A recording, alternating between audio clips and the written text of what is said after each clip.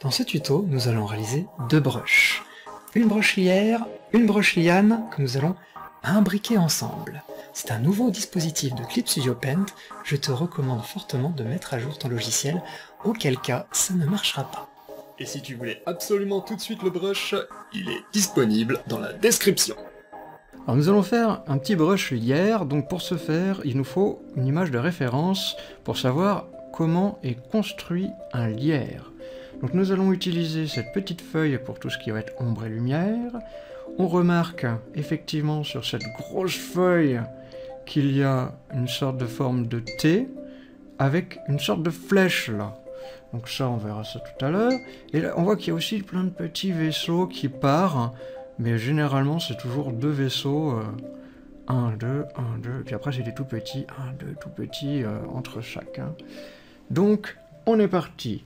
On va prendre un nouveau calque, on va créer donc avec un brush cette fameuse forme de T. On va essayer de faire cette grosse flèche qui part en comme ça. Voilà. Alors pour ceux qui connaissent, ça serait presque même le kanji de l'arbre.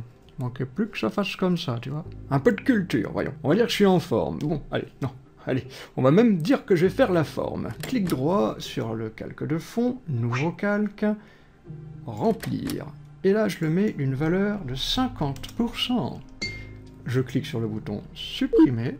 J'utilise l'outil remplissage lasso. Donc si on regarde comment c'est fabriqué, alors il y a une sorte de S ici, un autre là, un autre S ici, et là ça fait des petites voûtes. On commence par les voûtes. On a voûte, on a voûte. Ensuite, on part sur quelque chose comme ça, up and down, and up and down. Donc là on voit que je me suis complètement loupé, on va essayer de refaire vite fait ça, voilà. On a à peu près quelque chose similaire, mais prendre une feuille. Comme je l'ai dit, c'est pas si dramatique si ce n'est pas symétrique. Je vais m'occuper maintenant de tout ce qui est ombre et lumière, donc je reste appuyé sur le calque, je le glisse sur le nouveau calque, comme ça ça le duplique, je fais un double clic, je le fais en noir, je demande de supprimer. Par contre, je le mets en masque de décrétage. Alors j'explique pour ceux qui comprennent pas, par exemple, je fais un rond là, comme ça, plop. Voilà. Mon rond existe vraiment, mais il est masqué par les pixels du dessous. Voilà, c'est juste pour vous montrer. Je prends le lasso de sélection, j'essaye de faire une petite sélection, là, comme ça, tranquillou. Je prends mon dégradé premier plan au transparent, et c'est là que je remarque qu'effectivement, par ici, là, il y a de l'ombre. Hop. Et là aussi un petit peu. Hop. Je fais inverser la zone sélectionnée, comme ça maintenant c'est de l'autre côté. On revient un petit peu en arrière, comme ça, voilà. Je glisse sur nouveau calque, je le place en blanc, et là je reclique sur son masque pour cliquer sur le bouton Supr. Voilà. Je prends un spray qui s'appelle pulvérisation floue, et c'est là que je commence à mettre un petit peu de texture dessus. Je me mets ensuite en couleur transparente. Je peux me permettre de cliquer ensuite sur les petits V ici pour les sélectionner les trois. Je reste appuyé, je glisse sur le dossier pour les mettre dans un dossier. Je clique de nouveau sur un dossier pour avoir un second dossier que je mets en masque de décrétage. Celui-ci, je passe en mode lumière linéaire. Je fais un clic droit, nouveau calque, remplir en une valeur de 50. Et je le mets à 50% d'opacité. Et c'est là que vous êtes en train de me dire, waouh, c'était un truc de ouf dingue pour rien du tout. Détrompez-vous, c'est la classe. C'est effectivement une méthode que j'ai utilisée pour le tuto de la coloration. Je fais un clic droit, nouveau calque, remplir, et là je vais pipetter du vert. Alors j'essaie de ne pas avoir un vert trop foncé, ni trop clair, on va dire le plus neutre qu'on peut avoir. Je fais OK. Donc là, comme on peut voir, il est méga criard. Parce que si je le mets en dehors, bien sûr, on voit rien. Donc si je le remets dans mon calque lumière linéaire, il est en lumière linéaire donc il crame à mort. Moi ce que je veux c'est donc atténuer cette lumière linéaire, donc hop, je le mets en dessous, et comme ça j'ai vraiment la couleur que je souhaitais. Je reste appuyé dessus, je le duplique, je fais supprimer, et je repipette. Là par contre, là j'aimerais bien un vert un petit peu plus électrique dans mes feuilles, voilà. Et je vais prendre encore ce fameux pulvérisation floue, tout en étant bien sûr sur une couleur, afin de lui remettre un petit peu de peps. Je resélectionne mon calque, je glisse sur nouveau calque, et là par contre je vais pipetter le jaune verdâtre là, et je fais OK. Je fais supr, masquer notre fameux T, et là on fait les petits vaisseaux sanguins, on va dire.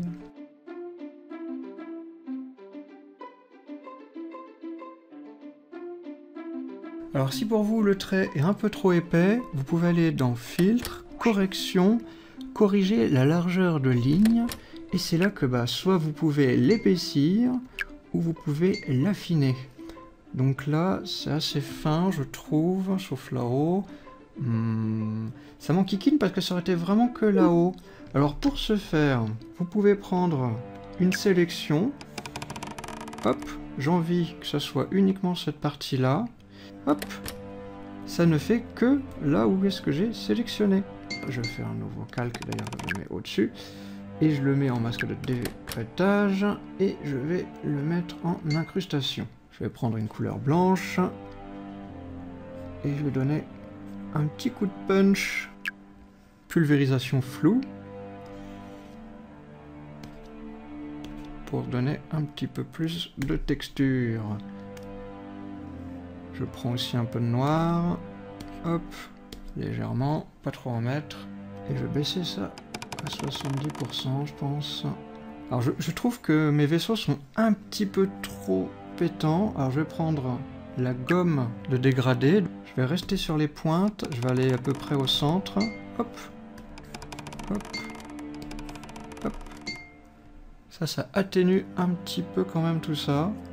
Parce que si on remarque effectivement cette feuille est très marquée, mais celle-là, tu vois, on voit presque pas les nervures. C'est pour ça que je me sens un petit peu crétin d'avoir mis une incrustation au-dessus, là, en mode un peu trop fort. Donc là, du coup, je vais faire pareil, je vais prendre mon dégradé. Hop. Continuer un petit peu en hauteur. Je vois que, tout ça ici, on le voit presque pas. Donc je vais le mettre en mode cercle. Hop. Slack. Donc on a quelque chose d'un petit peu plus intime, mais je suis pas très intimement convaincu. Alors on va peut-être le décaler un peu comme ça. Là ici, là, ça me paraît un peu trop présent aussi. Après c'est du ressenti, hein. Vous faites ce que vous voulez. Moi je ressens là par exemple ce trait est beaucoup marqué par rapport aux autres. Hop, là maintenant c'est cette grosse dorsale. Et aussi la pointe sombre là que je lui ai donnée qui est énormément sombre. On va essayer d'atténuer ça aussi. Le seul truc qui je dirais qui a un couac, c'est qu'effectivement on voit qu'il y a une largeur fine ici et large là. Donc il faudrait bien que ma ligne dorsale doit être un petit peu courbée. Alors pour ce faire, je regarde quels sont les calques qui sont atteints. Ah, celle-ci par exemple, l'ombre et lumière. Donc hop, ombre. Celle-ci n'est peut-être pas trop à prendre en compte, mais je vais la prendre quand même. Donc je reste appuyé sur CTRL pour sélectionner mes trois calques. Je vais prendre la sélection rectangulaire. Il faut absolument que mon document ne soit pas en rotation. Parce que voilà, en rotation c'est ça. Hein. Donc il faut bien cliquer sur réinitialiser la rotation pour faire bien un rectangle bien correct. Et c'est là qu'on peut utiliser le édition, transformation de maille. Alors moi de mon côté je l'ai mis directement ici. Donc ça peut être dans les réglages qui sont là pour l'ajouter dans édition, transformation, maille. Donc je clique dessus. Dans propriété de l'outil, j'ajoute, j'attends que je chope une dorsale, je rajoute quelques points en plus, et c'est là que je peux me permettre de déformer. Hop, on décale ça. Et je fais OK. Je désélectionne. Là, ça fait un petit peu plus correct. Donc nous allons passer maintenant à notre petite tigeote. Alors là par contre je vais pas m'emmerder à faire tous ces trucs de couleurs machin et tout. Par contre, il faut absolument que ça soit sur un nouveau calque à part. Donc je fais un nouveau calque, je prends un outil pour faire la petite tige. Par contre, il va falloir que je prenne une couleur. Alors je peux pipetter si possible ce vert orangé. Là. Je fais OK. On remarque qu'au bout de la petite tige contre la tige principale, on voit bien qu'il y a une petite bobosse. On peut faire la petite bobosse. Donc là, ce qui serait cool, c'est d'avoir ce petit côté un petit peu bump. Alors bah moi, à chaque fois que je dis dans ma tête du bump, c'est super simple. Nouveau calque, masque de décrétage, en incrustation. Et c'est là que je peux me permettre d'avoir du blanc. Je vais mettre une ligne de blanc là-dessus. Je vais prendre du noir que je vais mettre sur les bords. Et c'est là que je demande de faire filtre, flou, gaussien. Et c'est là que ça fait tout de suite un petit peu plus bumpé. Là on a quelque chose de plat, là on a quelque chose un peu plus volumétriquement. Alors là, comme on peut voir, j'ai oublié de mettre un peu d'ombre ici pour que ça soit le raccord. Ce n'est pas grave, je reviens en arrière avant le flou gaussien. Je remets du noir ici, un petit peu de noir sur le bord là en haut. Filtre, flou gaussien. On refloute un peu tout ça et on fait OK. Donc, je trouve que ma tige est peut-être un petit peu trop claire. Alors, normalement, c'est le CTRL U pour avoir une teinte saturation. Et donc là, on peut jouer déjà avec la luminosité, saturation, si on a envie. Ou même changement un peu de couleur. Voilà, on va mettre un petit peu ça comme ça. Et mon incrustation est peut-être un petit peu trop pétante. On descend un petit peu l'opacité à 75. Donc pour ma part, c'est fini pour l'incrustation. Donc j'ai l'outil combiné au calque inférieur, je clique dessus, clip. Donc là maintenant je n'ai plus qu'un seul calque qui contient ma petite tige, donc c'est pas très dramatique si jamais c'est pas très bien réalisé, parce que de toute façon on va devoir faire un petit CTRL-T dessus, l'orienter comme on a envie ensuite par la suite. Je sélectionne tous mes calques, je le glisse dans le dossier, et celui-là, on va le dupliquer, donc on reste appuyé dessus, et on va le mettre sur le nouveau calque, et là je vais essayer d'écraser tout ce qui est à l'intérieur. Donc je vais masquer celui qui est juste en dessous, je fais clic droit, et je fais fusionner calque sélectionné. Désormais, si je clique sur CTRL, et que je clique sur la vignette, je vais obtenir la sélection des pixels visibles du calque, ce qui va pouvoir me permettre par la suite de resizer l'image. Mais le problème, c'est que si jamais je resize l'image, mon point central se situe tout en haut, et non au centre, ce qui est un peu problématique. Pour pallier à ceci, je vais dupliquer mon calque une fois, faire un CTRL-T, prendre mon point de symétrie pour le mettre au centre de mon centre de symétrie que j'aimerais qu'il soit, et faire pivoter horizontalement. Donc là, OK, je fais un double clic pour valider, je sélectionne les deux, je resélectionne les deux pour les dupliquer sur le nouveau calque, ils sont désormais dupliqués et sélectionnés, donc de nouveau CTRL-T, et là je reprends l'outil de centrage pour le mettre sur mon centre de symétrie, et que je vais faire pivoter verticalement désormais, et je fais OK.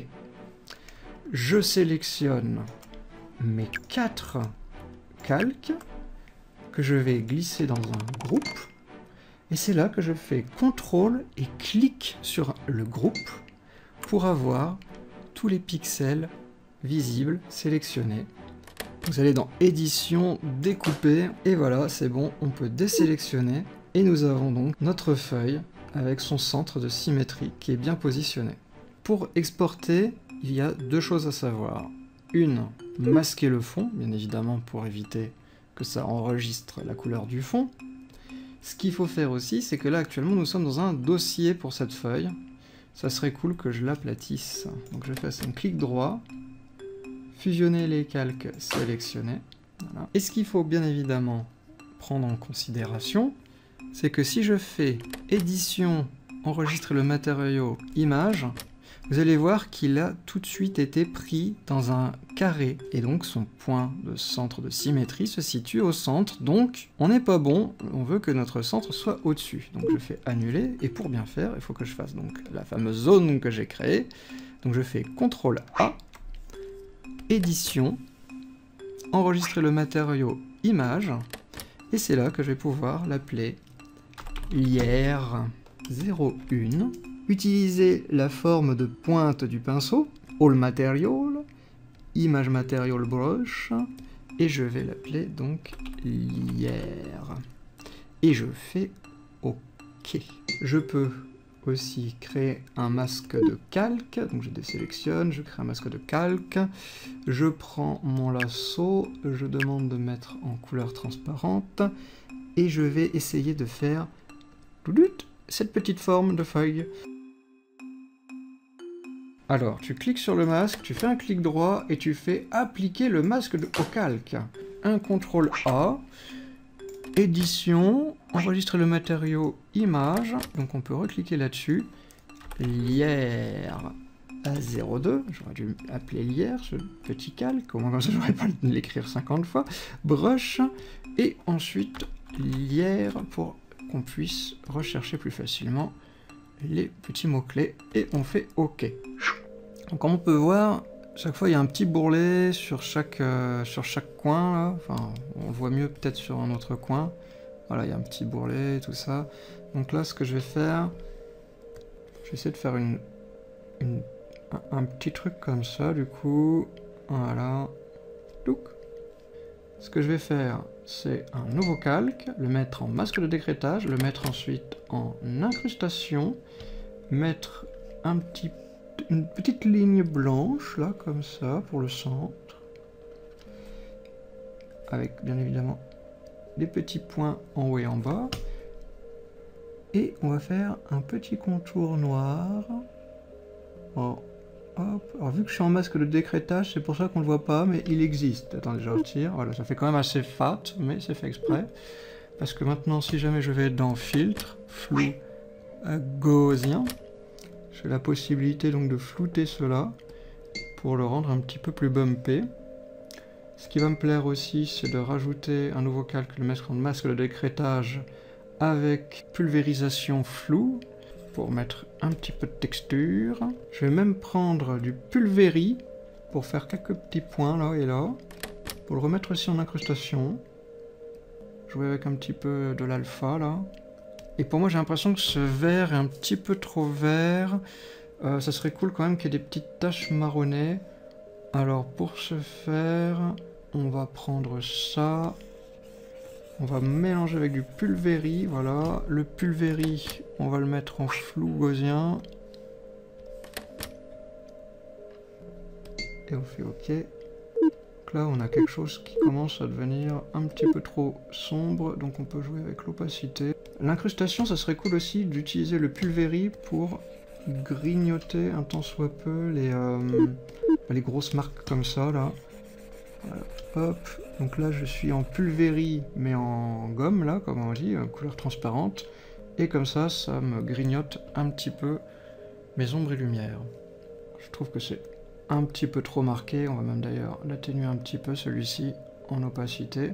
Je sélectionne le tout, clic droit, je suis un fou furieux, fusionner le calque sélectionné, et c'est là que je prends l'outil de déplacement, je reste appuyé sur Alt, et comme ça je peux le dupliquer, hop et hop là, et comme ça j'ai déjà une petite base qui est en train de se faire. Je sélectionne les trois et je fais un clic droit, fusionner les calques sélectionnés, et c'est là que je peux faire un nouveau calque, reprendre mon brush pulvérisation floue, le mettre de nouveau en marron. Alors je pense que ma densité était un petit peu basse, donc je vais le remonter à 55 pour vraiment voir les choses. Voilà, je vais le mettre en produit, en masque de décrétage, et voilà, on commence à avoir une petite branche qui commence à se créer. Alors ça va être un brush qui va être répété, donc va falloir que chaque extrémité de cette branche soit identique. C'est que je prends le bout là qui est là, je le découpe, donc je fais un CTRL X, CTRL V, Et donc là, ce petit morceau, je vais le déplacer tout en haut, en restant appuyé sur majuscule pour pas le déplacer.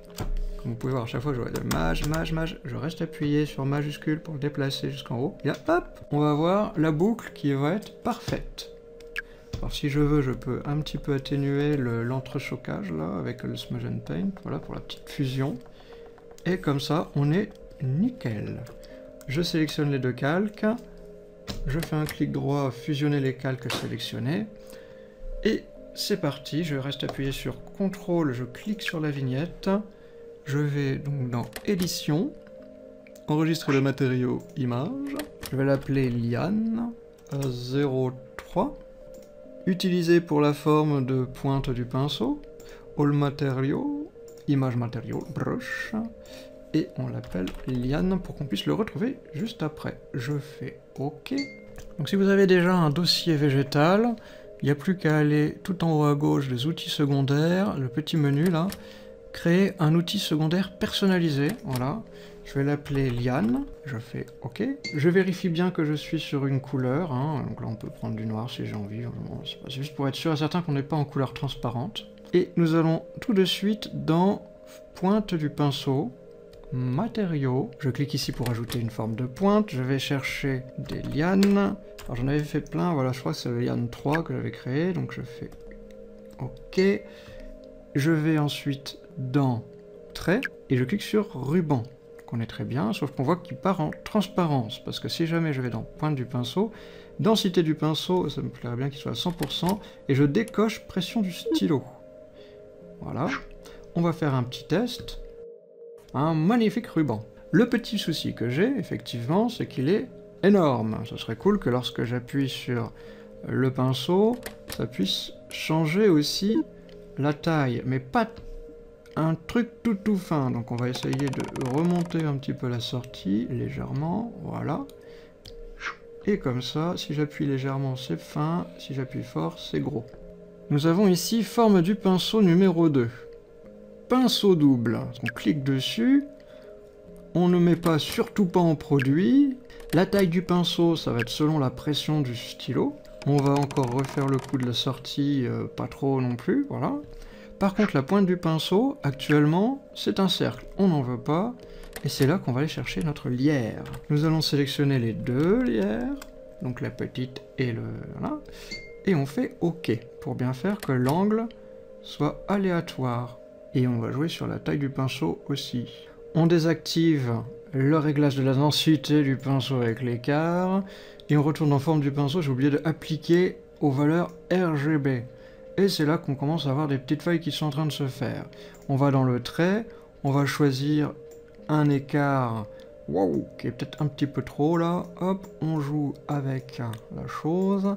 Je vois qu'effectivement la liane est un peu fat, ou c'est vraiment nos petites feuilles qui sont pas assez grosses.